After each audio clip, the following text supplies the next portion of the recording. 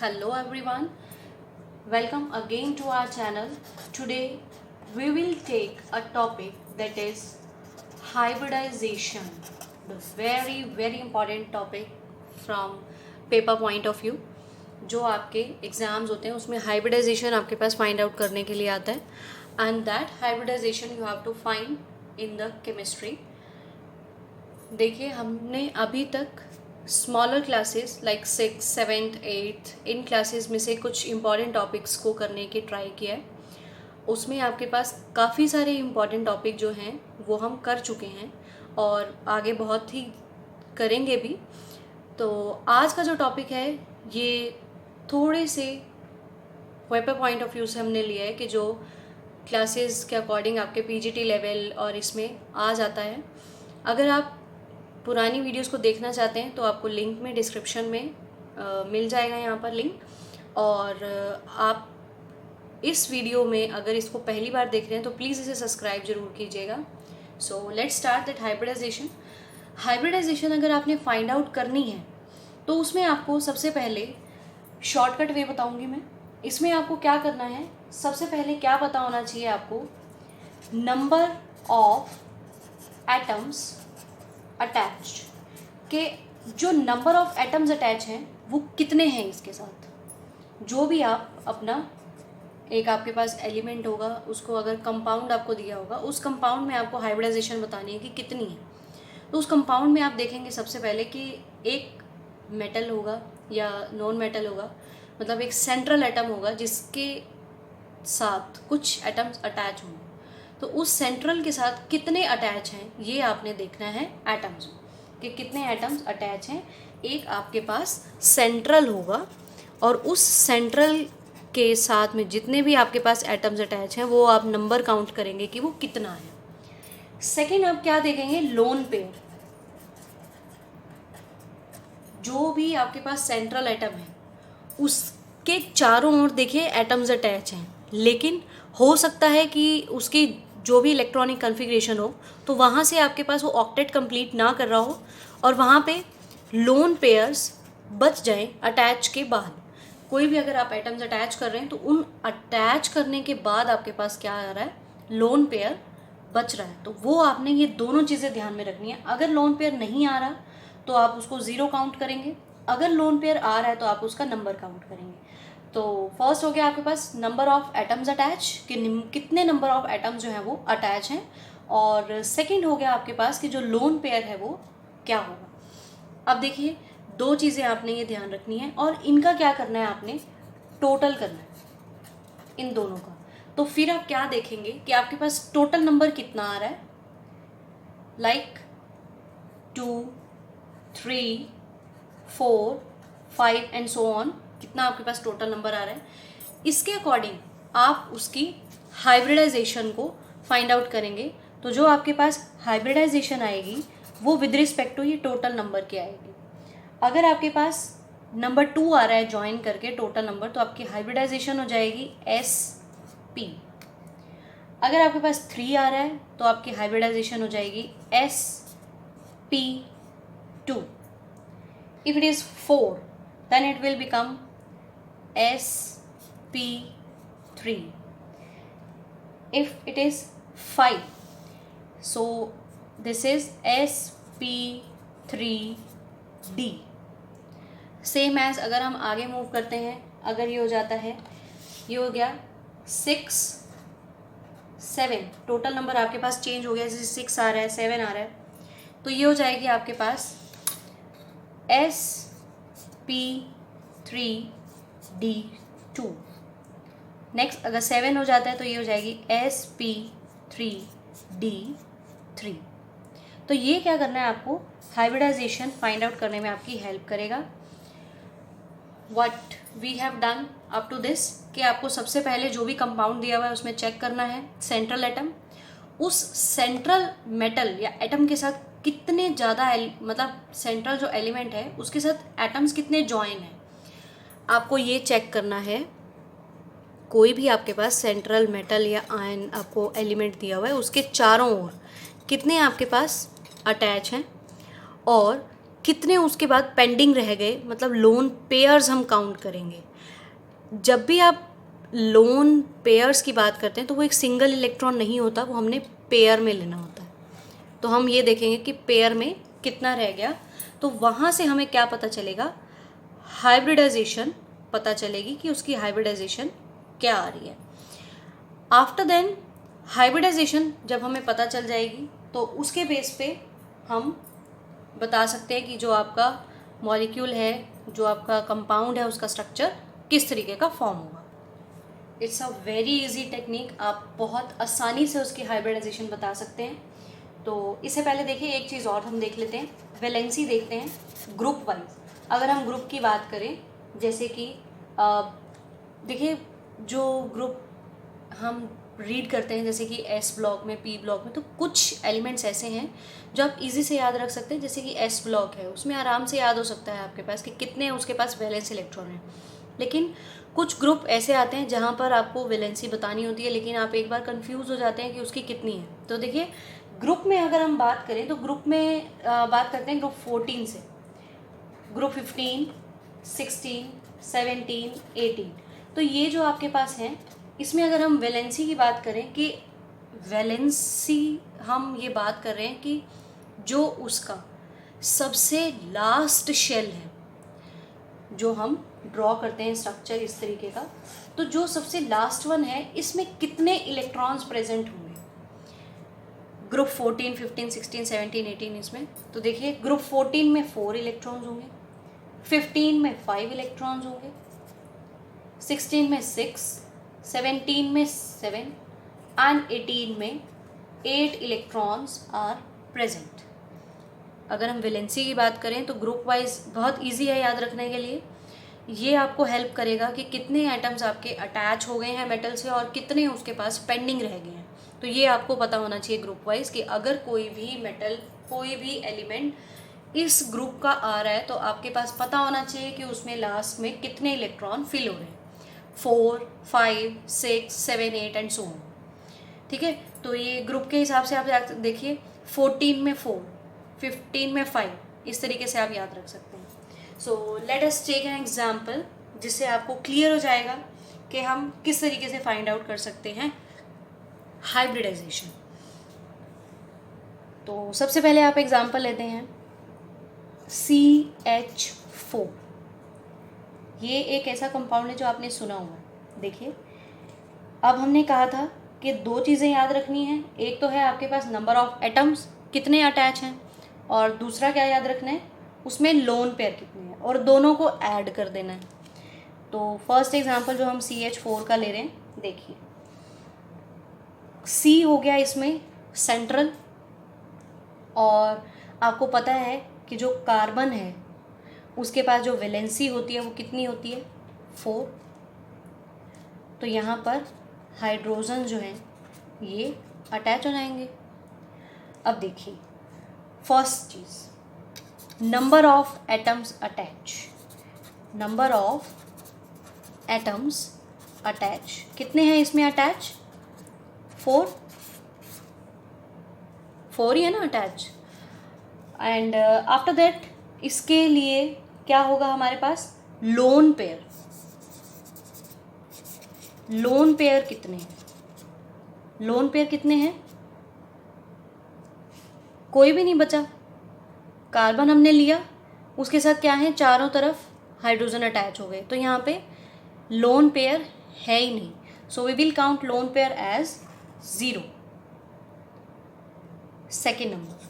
After then we have to total it, 4 plus 0 equals to 4। तो हमारे पास क्या आ गया, 4 आ गया। अब जो आपके पास ये 4 आया, ये आपके पास टोटल काउंट आ गया, और हमने रीड किया था कि जब हमारे पास टोटल नंबर क्या आएगा, 4 आएगा, तो उसकी हाइब्रिडाइजेशन क्या होगी, sp3। So hybridization of CH4 is sp3। Very easy way to convey this कि आपके पास अगर CH4 कोई भी एलिमेंट है उसकी निकालनी है तो उसमें हम क्या करेंगे, सेंट्रल लेंगे, उसके बाद सभी hydrogen, and after then number of atoms, lone pair, उनको ज्वाइन करेंगे और उसकी हाइब्रिडाइजेशन लिख देंगे, दैट इज sp3। हमने ये रीड किया था, देखिए 4 आया था और 4 के अकॉर्डिंग जो हाइब्रिडाइजेशन है that is sp3। Clear? Let's take another example, that is NH3, nitrogen and hydrogen. Now in nitrogen the valence electrons are 5 because nitrogen belongs to group 15, so that's why जो इसके outer shell में electrons होंगे कितने होंगे? 5 होंगे। So अब हमने देखना है सबसे पहले कि नाइट्रोजन के साथ कितने एटम्स अटैच हैं, तो 3 अटैच हैं, प्लस हाइड्रोजन 3 हैं तो हमने 3 लिख दिया, प्लस क्या करना है लोन पेयर्स, कि इसमें लोन पेयर्स कितने रह जाएंगे? देखिए टोटल थे 5, अटैच हुए 3, so remaining electrons are 2 electron, it means 1 lone pair is there, so 1 is the lone pair, so 3 plus 1 is equals to 4, so that is why the hybridization of this is sp3। isn't easy? now take us हम बहुत सारे examples करेंगे जिससे आपको clear हो जाएगा। Next लेते हैं वाटर, H2O। अब देखिए H2O जब आप लेंगे तो इसमें ऑक्सीजन को आपने मेन रखना है, ऑक्सीजन के साथ इसको मेन रखेंगे तो यहाँ पे ये हो जाएगा 2 बिकॉज 2 अटैच हैं, एंड आफ्टर देन 2 ही यहाँ पर लोन पेयर बचेंगे बिकॉज आपके पास जो ऑक्सीजन होता है that belongs to group 16, it is having total 6 electron. 6 electron में से 2 तो हैं वो हाइड्रोजन ने ले लिए, आपके पास रह कितने गए? 4 इलेक्ट्रॉन। तो when 4 electrons are there it means 4 electron means 2 lone pairs, so that is why इसके पास भी क्या आ गया? 4। it is also having sp3 hybridization। next example is IF7। IF7 इसमें अब आपके पास जो आयोडीन है that it belongs to group 17, iodine is from 17 group, तो 7 इलेक्ट्रॉन्स होंगे, 7 इलेक्ट्रॉन्स हैं तो देखिए अटैच कितने हैं इसके साथ? F कितने हैं? 7 attach atoms. After then we have to take lone pair. अब इसमें लोन पेयर क्या है? 7 ही इलेक्ट्रॉन्स थे और उन 7 के प्लेस पे 7 फ्लोरीन अटैच हो गए, तो लोन पेयर तो बचा ही नहीं, दैट इज 0। सो आपके पास क्या आया इसके लिए? 7। सो दैट इज वाई जो इसकी हाइब्रिडाइजेशन होगी वो क्या हो जाएगी? sp3d3, sp3d3 IF7। Next example है XeF4। इसमें देखिए जिनोन एंड फ्लोरीन। जिनोन जो है वो ग्रुप 18 से बिलोंग करता है, that's why 8 electrons are there, मतलब ये जो है ये नोबल गैस से बिलोंग कर रहा है जिनोन। तो अब देखिए कि इसके साथ कितने अटैच हैं फ्लोरीन? 4 अटैच हैं, टोटल कितने हैं? 8 इलेक्ट्रॉन्स, तो यहाँ पर 4 इलेक्ट्रॉन तो फ्लोरीन ने ले लिए और 4 ही पेंडिंग रह गए। 4 इलेक्ट्रॉन का मतलब है 2 lone pair, so that is why 6 and hybridization is sp3d2। Next example XeO3। Xe के साथ कितने अटैच हैं ऑक्सीजन? दैट इज 3 इलेक्ट्रॉन हो गए, एंड मोर देन कि इसमें लोन पेयर्स कितने हैं? लोन पेयर देखिए 8 थे, 3 यूज़ हो गए, तो यहाँ पर जो आपके पास ऑक्सीजन है वो देखिए डबल बॉन्ड को शेयर करता है, तो टोटल कितने इलेक्ट्रॉन लेगा? ये 6 इलेक्ट्रॉन कंप्लीट कर लेगा। तो 6 इलेक्ट्रॉन अगर ऑक्सीजन ने ले लिए तो यहाँ पर 2 इलेक्ट्रॉन पेंडिंग रह गए। 2 इलेक्ट्रॉन का मतलब है 1 lone pair, so that is why it becomes 4 and the hybridization is sp3। Take us a next example XeOF4। इसमें देखो जिनोन तो वही है मतलब 8 इलेक्ट्रॉन्स होंगे। अटैच कितने हैं, एक ऑक्सीजन और 4 फ्लोरीन, मतलब टोटल कितने हो गए 5। अब देखिए 2 इलेक्ट्रॉन ऑक्सीजन ले लेगा 2, और यहाँ से 4 फ्लोरीन ले लेगा, तो टोटल 6 इलेक्ट्रॉन तो यूज़ हो गए। रह कितने गए 2 इलेक्ट्रॉन्स। 2 इलेक्ट्रॉन का मतलब है 1 pair of electron, loan pair, so that is why this become 6 and the hybridization is sp3d2। देखिए जो ये एग्जाम्पल है ये बहुत ज़्यादा इंपॉर्टेंट एग्जाम्पल है, आपके पास एग्जाम में इसी में से आता है। 98% आपको जो है वो इसी में से मिलेगा पीजीटी लेवल पर। आपके केवीएस, एनवीएस, एचटेट सभी जो आपके पास एग्ज़ाम है, DSSS, अगर हाइब्रिडाइजेशन फाइंड आउट करनी आती है तो ऑलमोस्ट यही मेजर एग्जांपल्स हैं जो हम रीड कर रहे हैं। और इन केस अगर इनमें से एग्जांपल्स नहीं आता है तो देखिए आपने देखा होगा कि हम लोग ग्रुप 14, 15, 16 सब में से एलिमेंट लेकर सब में से कंपाउंड को बनाकर वहाँ से हाइब्रिडाइजेशन चेक कर रहे हैं। नेक्स्ट देखते हैं, देखिए XeO2F2, XeO2F2, देखिए फिर से वही जीनोन है, 8 इलेक्ट्रॉन्स, 4 इलेक्ट्रॉन तो अब ऑक्सीजन ले लेगा और 2 फ्लोरीन ले लेगा। तो सबसे पहले अगर हम देखें कि अटैच कितने हैं तो 2 ऑक्सीजन 2 फ्लोरीन, 4 अटैच हैं और पेंडिंग कितना रह गया 1, so that is why 5 and sp3d is the hybridization for XeO2F2। Next is SF4, तो इस कंपाउंड में आपके पास कितने अटैच हैं 4 तो अटैच हो गए। उसके बाद देखिए सल्फर में अगर हम देखें तो 6 इलेक्ट्रॉन्स होते हैं क्योंकि ये ग्रुप 16 से बिलोंग करता है।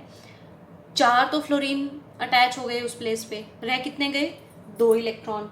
2 इलेक्ट्रॉन का मतलब है 1 lone pair, so that is why it becomes 5 and hybridization become sp3d। Next example देखते हैं आयन का, NH4 पॉजिटिव।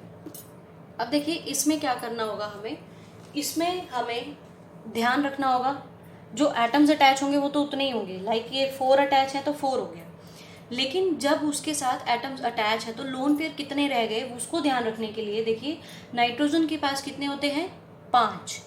अब 4 तो इसने ले लिए, ठीक है 4 इसने यूज़ कर लिए, लेकिन यहाँ देखिए पॉजिटिव लगा हुआ है, मतलब इसने 1 इलेक्ट्रॉन दे दिया, तो जो इसने 1 इलेक्ट्रॉन दे दिया मतलब इसके पास तो वो 1 रहा ही नहीं, सो that is why it becomes 0, इसके पास लोन पेयर नहीं है, सो दैट्स वाई जो इसकी हाइब्रिडाइजेशन हो जाएगी वो क्या हो जाएगी sp3, because it is having 4 total number. Ions में आपको ये ध्यान रखना है। Now you are having a question that is you have to find SO4 2 negative and H3O positive. This you have to find, and please tell me the answer in the comment section of this video. Thank you so much for watching. Meet you in the next class with the interesting facts. Thank you.